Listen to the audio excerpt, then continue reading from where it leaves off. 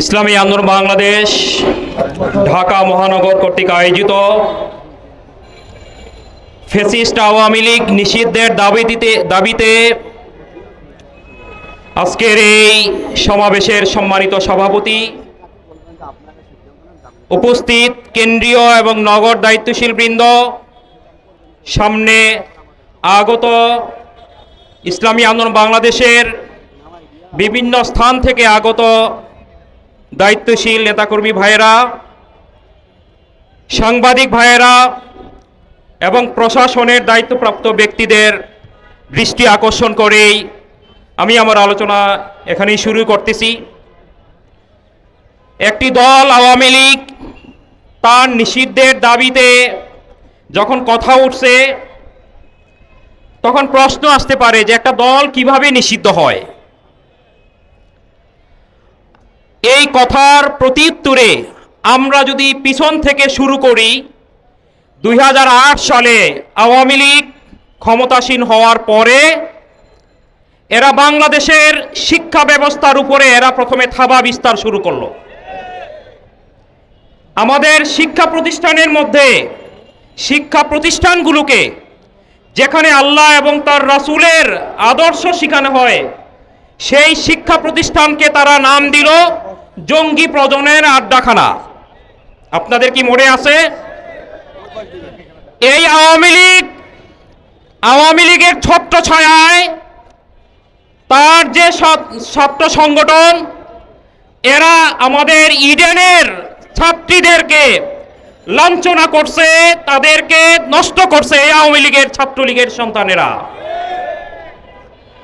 এরা বাংলাদেশে স্বীকৃত নির্বাচন ব্যবস্থা, যেই নির্বাচন ব্যবস্থা প্রতিষ্ঠা করার জন্য বাংলাদেশের মানুষ এক বিশাল সময় ধরে আন্দোলন সংগ্রামের পরে 91 সালের আরেক স্বৈরাচারের বিদায়ের পরে বাংলাদেশে যেই ব্যবস্থা গড়ে উঠেছিল, সুন্দর একটা নির্বাচন ব্যবস্থা, তত্ত্বাবধায়ক পদ্ধতি।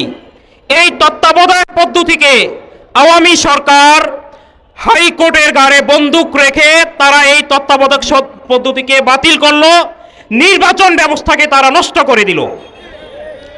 এই আওয়ামী লীগ সরকার বিগত 15 বছরে তারা বাংলাদেশের জনগণকে বঞ্চিত রেখে, যেখানে বাংলাদেশের মানুষেরা, মায়েরা ক্ষুধার যাতনায় তার সন্তান বিক্রি করতে বাধ্য হয়েছে, সেই বাংলাদেশের 30 লক্ষ কোটি টাকা তারা বাংলাদেশ থেকে বিদেশে পাচার করেছে।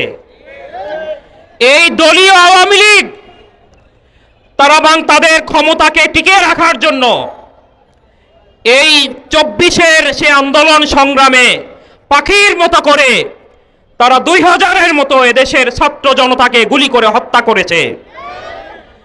এই আওয়ামী লীগ 2013 সালে এই শাহবাগের নাটক মঞ্চস্থ করে সেখানে ওলামায়ে কেরামদেরকে এইভাবে রাতের আধারে তারা গুলি করে হত্যা করেছে।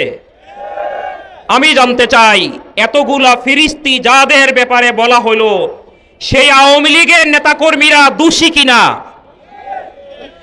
তারা এখন যেই ছাদের নিচে বসে এই অপকর্মগুলা করার দুঃসাহস দেখিয়েছে, সেই ঘর, সেই স্থাপনা, সেই ছাতা কি আর বাংলাদেশে থাকতে পারে কিনা?